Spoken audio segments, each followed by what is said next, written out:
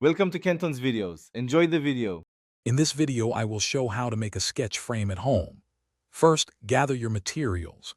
You will need 4 wood strips, a miter saw, wood glue, and clamps. Safety is paramount, so always wear gloves and eye protection. Select wood strips that are at least 1 inch wide and about 1/2 inch thick for a sturdy frame. A clean, well-lit workspace ensures accuracy and safety throughout the process. Now, let's measure and cut your wood.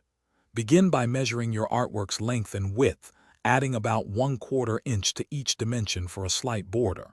Mark your 4 wood strips for 45-degree miter cuts at each end. Carefully use a miter saw to make these cuts, ensuring all edges are perfectly smooth. Precision here is key for a seamless frame, so double-check every cut. With your pieces cut, it's time for assembly. Apply a thin, even layer of wood glue to the mitered ends of 2 wood strips. Carefully join them to form a 90-degree corner. Repeat this for all 4 corners. Use corner clamps or painter's tape to hold the joints firmly together, ensuring they remain flush.